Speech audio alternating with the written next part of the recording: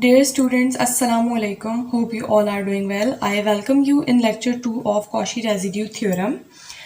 Cauchy residue theorem का जो lecture 1 था उसके अंदर हमने उसका इंट्रोडक्शन पढ़ा था और ये देखा था कि कौन से ऑर्डर के ऊपर हम किस किस्म का फॉर्मूला अप्लाई करते हैं और फिर हमने 3 डिफरेंट क्वेश्चन सॉल्व किए थे जिनके हमने पोल्स निकालने सीखे थे। हमने लेक्चर 1 में ये भी पढ़ा था कि पोल्स क्या होते हैं, एनालिटिक फंक्शन क्या होते हैं वगैरह वगैरह। तो ये सारी चीज़ें यानी कि अगर बेसिक्स और स्टार्ट के कुछ क्वेश्चंस आपने नहीं देखे हैं लेक्चर 1 के अंदर तो आप वो लेक्चर 1 में देख सकते हैं। ठीक है, लेक्चर 2 है ये हमारा और ये कंटिन्यूएशन है कॉशी रेजिड्यू थ्योरम का। अगर अभी तक आपने मेरे चैनल को सब्सक्राइब नहीं किया है तो काइंडली सब्सक्राइब कर दीजिए और अब हम अपने क्वेश्चंस को आगे स्टार्ट करते हैं। ठीक है, तो ये आपको दिख रहा है क्वेश्चन नंबर 4 है मेरे पास, फाइंड रेजिड्यू एट इन्फिनिटी और ये मुझे फंक्शन गिवन है। ठीक है, फंक्शन में क्योंकि यहाँ पे मेरे पास इंटीग्रल नहीं लगा हुआ तो इसका मतलब कि यहाँ पे मुझसे सिर्फ और सिर्फ पोल्स निकालने की बात की जा रही है, मुझे पूरा फॉर्मूला अप्लाई करके नहीं दिखाना। ठीक है, तो सबसे पहले मुझे पता है कि मुझे पोल्स जब भी निकालने हो तो मुझे सबसे पहले अपने एनालिटिक पॉइंट्स ढूंढने होते हैं, यानी वो पॉइंट्स जहाँ पे मेरा फंक्शन एनालिटिक नहीं है वो पॉइंट्स ढूंढने होते हैं। ठीक है, उसके लिए हम क्या करते हैं, डिनोमिनेटर को 0 के इक्वल ले लेते हैं, यानी कि हम पोल्स फाइंड आउट करने जा रहे हैं तो हम लिखेंगे z minus A, z minus B, z minus C जो है वो 0 के इक्वल है। तो इससे मेरे पास जो z की वैल्यू आएगी वो क्या आएगी, वो मेरे पास आएगी, एक दफ़ा आएगी z इक्वल्स टू a, एक दफ़ा आएगी z इक्वल्स टू b और एक दफ़ा आएगी z इक्वल्स टू c। तो ये मेरे पास जो है वो क्या है, वैल्यू आ गई है। सही है। इसके बाद अब अगर हम ये देखें कि अगर हमारे पास हमें रेजिड्यू किसके ऊपर निकालना है, इन्फिनिटी के ऊपर निकालना है। तो इन्फिनिटी पे जब हम रेजिड्यू निकालते हैं ना तो उसका मेथड थोड़ा सा चेंज होता है। देखिए उसका फॉर्मूला मैंने आपको क्या दिखाया था, ये दिखाया था, residue at infinity R equals to limit z tends to infinity minus z F of z। ठीक है, तो इसके अंदर बेसिकली हमारे पास जो z इक्वल्स टू इन क्वेश्चंस के अंदर तो हमारे पास a क्या होता है, वो सिंगुलर पॉइंट यानी वो पोल होता है जिसके ऊपर हमारा फंक्शन एनालिटिक नहीं होता। लेकिन यहाँ पे जो है ना वो हम डायरेक्ट z को इन्फिनिटी ही पुट करते हैं। तो अगर हम ये स्टेप ना भी करें तो ये इतना हमारे पास इम्पोर्टेंट नहीं होता है। ठीक है, तो अब आप देखें रेजिड्यू एट इन्फिनिटी का फॉर्मूला क्या है, r इक्वल्स टू यानी रेजिड्यू इक्वल्स टू हम लिख लेते हैं limit z tends to infinity और ये minus z F of z। ठीक है, अब इसके ऊपर जब मैं लगाऊंगी तो हमारे पास ये कैसे आ जाएगा, ये हमारे पास आएगा, इसको मैं हटा देती हूँ, ये हमारे पास आएगा limit z tends to infinity, यहाँ पे ये minus z as it is आया फॉर्मूले वाला, f ऑफ z। फंक्शन मेरे पास क्या था, फंक्शन मेरे पास था z square upon z minus A, z minus B, z minus C, ये मेरे पास क्या था, फंक्शन था। अब हमें क्या करना है कि हम इनको मल्टीप्लाई करेंगे तो ये मेरे पास क्या बन जाएगा, ये मेरे पास बनेगा लिमिट, पहले हम लिख लेते हैं z टेंड्स टू इन्फिनिटी, क्योंकि हमने अभी तक लिमिट अप्लाई नहीं किया तो हमें ये लिखना पड़ेगा।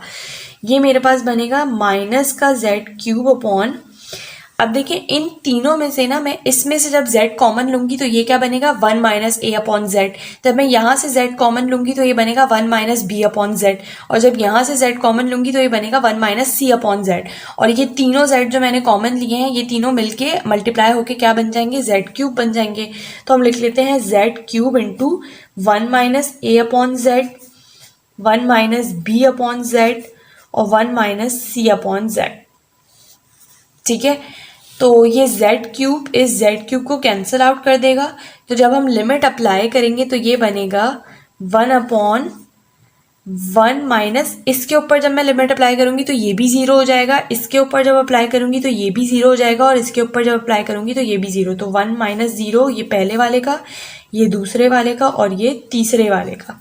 ठीक है, तो मेरे पास जो और ये माइनस z क्यूब था तो ये माइनस एज इट इज, तो मेरे पास जो आंसर आया एट इन्फिनिटी के ऊपर वो आया -1। ठीक है, तो इसके अंदर मैं दोबारा आपको बताती चलूँ कि अगर हमारे पास लिमिट इन्फिनिटी के ऊपर निकालनी है तो आप ये वाला स्टेप ना भी करें तो कोई ऐसा इशू नहीं होगा। ठीक है, क्यों नहीं होगा, क्योंकि r equals to z equals to infinity ये है यहाँ पे हमारे पास फॉर्मूले में, और बाकी के जो फॉर्मूले थे उनमें जब हम ये स्टेप करते थे तो उसमें मेरे पास क्या होता था, z इक्वल्स टू a होता था, और a क्या होता था मेरे पास, ये पोल होता था। सही है, तो अगर मैं ये वाला स्टेप ना भी करूं और डायरेक्ट मैं यहाँ से स्टार्ट कर लूँ अपना क्वेश्चन करना, तो मेरे पास क्वेश्चन गलत नहीं कंसीडर किया जाएगा। ठीक है, अब हम मूव करते हैं क्वेश्चन नंबर 5 की तरफ। देखेंगे मेरे पास है क्वेश्चन नंबर 5, जिसके अंदर मुझे इक्वेशन देख के ही पता चल गया कि इस दफ़ा जो मेरा कर्व गिवन है वो क्या गिवन है, एक सर्कल गिवन है। तो हमने सर्कल की इक्वेशन जो है उसको पढ़ना सीखा था।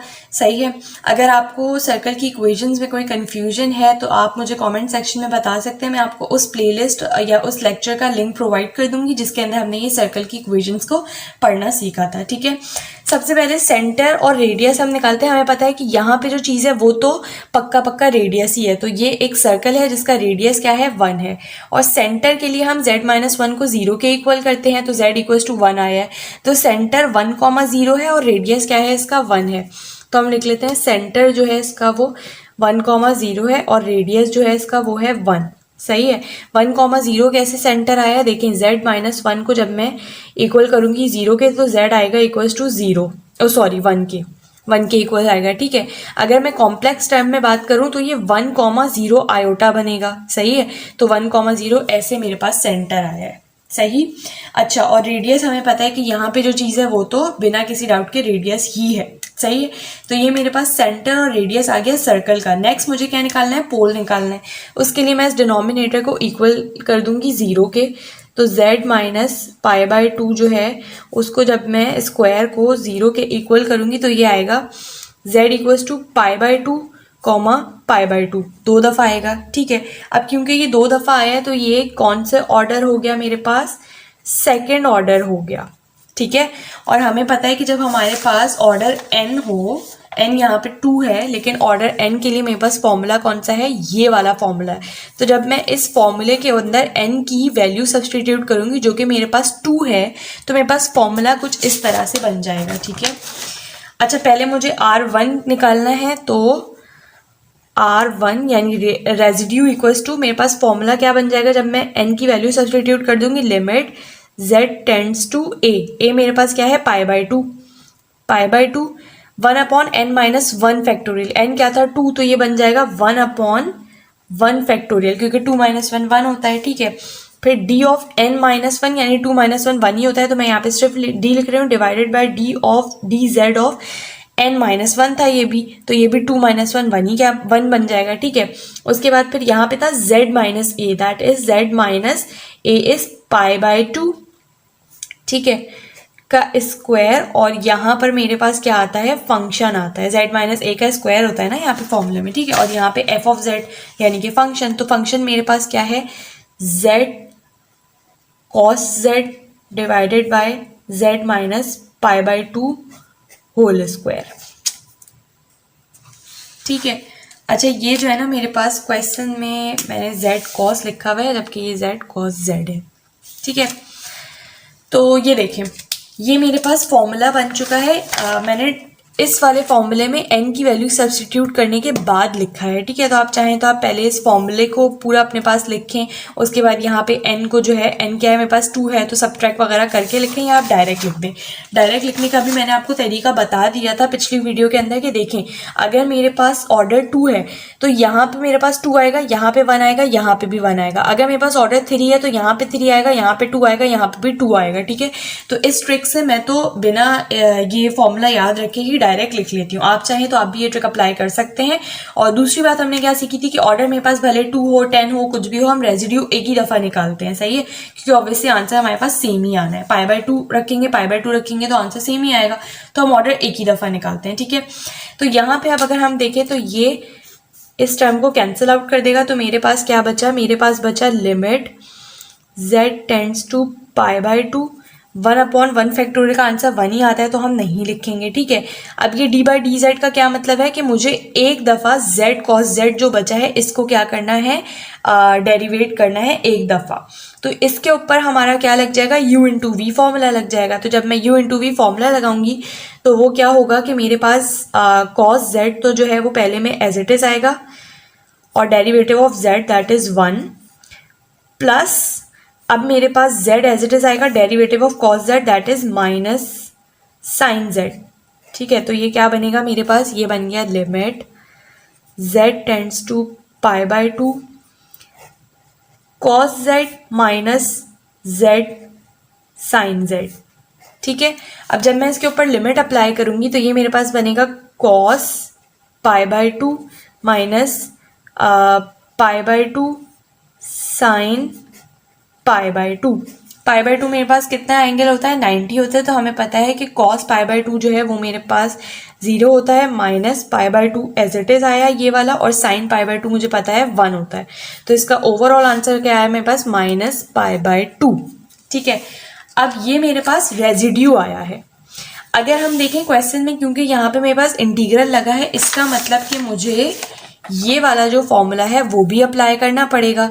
तो मेरे पास ये फॉर्मूला क्या बन जाएगा, मेरे पास ये फॉर्मूला बन जाएगा integration C F of Z D Z equals to 2 pi iota. और क्योंकि मेरे पास सिर्फ एक ही रेजिड्यू था तो यहाँ पे R1 आएगा, जितने रेजिड्यू होते हैं उतने ही आते हैं ना, तो सिर्फ R1 आएगा क्योंकि एक ही रेजिड्यू है मेरे पास। ठीक है, तो जब आप यहाँ पे सब्सटीट्यूट करेंगे तो ये आ जाएगा 2 पाई आयोटा, और R1 क्या आया, माइनस पाई बाय 2। तो ये 2 से 2 कैंसिल आउट हो गया, और ये आ गया minus pi square iota. This is the answer. ठीक है, तो ये हमारा क्वेश्चन नंबर 5 था। अब हम चलते हैं अपने लास्ट क्वेश्चन की तरफ, जो कि हमारा क्वेश्चन नंबर 6। देखें, इस क्वेश्चन को भी देखते ही मुझे ये देखते ही पता लग गया कि मेरे पास कर्व इस दफ़ा कौन सा गिवन है, दोबारा से एक सर्कल ही गिवन है जिसका सेंटर 0,-1 है और रेडियस जो है वो √3 है। सेंटर 0,-1 कैसे है, देखें z प्लस आयोटा जो है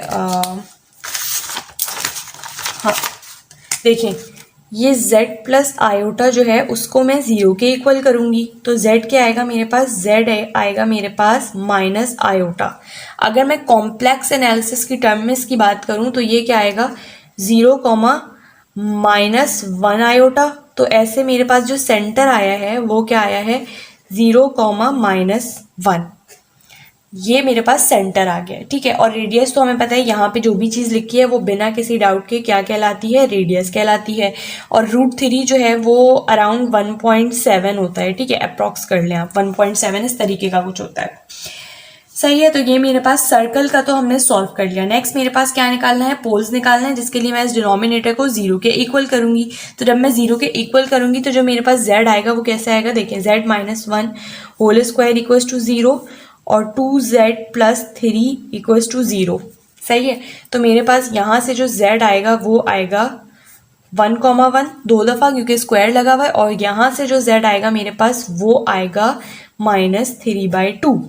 तो अब अगर मैं ऑर्डर देखूं तो मेरे पास ये जो है वो ऑर्डर 2 है। सही है, यानी n इक्वल्स टू 2 है मेरे पास, और यहाँ पे जो है वो मेरे पास सिंपल पोल है क्योंकि ये सिर्फ एक ही दफ़ा रिपीट हुआ है। तो मेरे टोटल रेजिड्यू कितने निकलेंगे, 2 रेजिड्यू निकलेंगे, एक इस वाले के लिए, और क्योंकि ये दोनों सेम है तो एक ही रेजिड्यू निकलेगा, और एक सिंपल पोल जो है उसके लिए निकलेगा। ठीक है, तो हम पहले क्या करेंगे, हम इसके लिए जिसका ऑर्डर 2 है उसके लिए निकाल लेते हैं। और ऑर्डर 2 है तो हमारे पास फॉर्मूला कौन सा लगेगा रेजिड्यू निकालने के लिए, ये वाला ऑफ ऑर्डर n वाला। और n यहाँ पे मेरे पास अगेन क्या है, 2 है। तो जो मैंने ट्रिक अप्लाई की है उसके ज़रिए जब आप फॉर्मूला लिखेंगे तो फॉर्मूला आपके पास बनेगा R1 equals to limit z tends to 1/1 factorial d/dz of z-1 whole square into function that is 12z-7/z-1 whole square 2z plus 3। ठीक है, ये उस ट्रिक के जरिए देखिए मैंने डायरेक्ट फॉर्मूला लिख लिया। यहाँ पे अब z-1 होल स्क्वायर से z-1 whole square cancel out हो जाएगा, तो जो मेरे पास R1 बचेगा वो सिर्फ और सिर्फ क्या बचेगा, लिमिट z टेंड्स टू 1, और ये बचेगा 12z-7/2z प्लस 3, जिसके ऊपर मुझे एक दफ़ा d/dz यानी कि एक दफ़ा डेरिवेट इसको मुझे करना है। तो जब मैं डेरिवेट करूँगी तो u/v रूल लगेगा। अकॉर्डिंग टू u/v मेरे पास v का स्क्वायर होता है, v एज इट इज आता है, डेरिवेटिव ऑफ u। तो जब आप इसका डेरिवेटिव लेंगे तो ये मेरे पास क्या आएगा, ये मेरे पास आएगा 12 माइनस ये एज इट इज आएगा अब u जो कि है 12z-7, और जब आप इसका डेरिवेटिव लेंगे v का तो वो आएगा आपके पास 2। ठीक है, डेरिवेटिव लेना आपको आना चाहिए, नहीं भी आता तो मैं एक दफ़ा समझा देती हूँ। देखें यहाँ पे मेरे पास ये u होता है, ये v होता है, तो यहाँ पे v square as it is v square v का स्क्वायर और v एज इट इज़ आता है, तो v एज इट इज़ लिखा, डेरिवेटिव ऑफ u, तो 12z का डेरिवेटिव क्या आएगा 12 माइनस 7 का 0 आएगा, तो मैंने नहीं लिखा माइनस, फिर ये वाली पूरी टर्म आपके पास एज इट इज़ आती है, इसका डेरिवेटिव तो 2z का आएगा 2 प्लस 3 का आता 0, तो वो मैंने नहीं लिखा। सही है, तो ये मेरे पास आ गया। अब मैं यहाँ पे लिमिट अप्लाई करूँगी, तो जब मैं लिमिट अप्लाई करूँगी ना, तो देखें R1 मेरे पास क्या आ जाएगा 2 इंटू 1 प्लस 3, यानी 3 प्लस 2 5, 12 5 ज़ा 60, तो ये हो जाएगा 60 माइनस ये क्या बनेगा 1, जब मैं यहाँ पे सब्सटीट्यूट करूँगी 12 माइनस 7 इंटू 2, जब आप मल्टीप्लाई करेंगे 12 माइनस 7 और उसको 2 से मल्टीप्लाई करेंगे तो ये बनेगा आपके पास 10 डिवाइडेड बाय 2, ये 5 और 5 का स्क्वायर इज 25। ठीक है, तो ये जो आपके पास आंसर आएगा वो आएगा आपके पास 2। R1 जो आया आपके पास वो आया 2।